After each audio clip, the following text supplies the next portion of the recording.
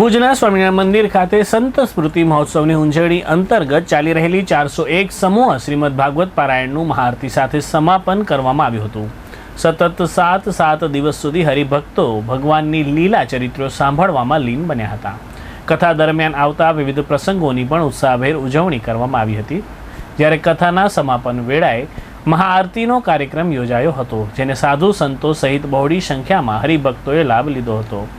તે પૂર્વે શુક્રવારે કથા દરમિયાન રૂક્ષ્મણી વિવાહની ઉમંગભેર ઉજવણી કરવામાં આવી હતી, જેમાં યજમાન પરિવારો વર અને કન્યા પક્ષે રહીને સાંસારિક લગ્ન વિધિની જેમ જ કથા મંડપમાં રૂક્ષ્મણી વિવાહ ઉજવ્યો હતો, જેમાં ગણેશ સ્થાપન, જાન આગમન, હસ્તમેળાપ, ફેરા, જાન વિદાય સહિતના પ્રસંગોની ઉજવણી કરાઈ હતી।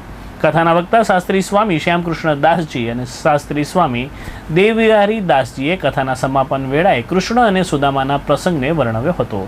સુદામાની કૃષ્ણ પ્રત્યેની ભક્તિ મિત્ર રાજા છે, છતાં પણ તેની પાસે માંગવું નહીં, બસ એ રાજી રહે તેમ રહેવું તેવો ભાવ આ ચરિત્ર કથાનો છે।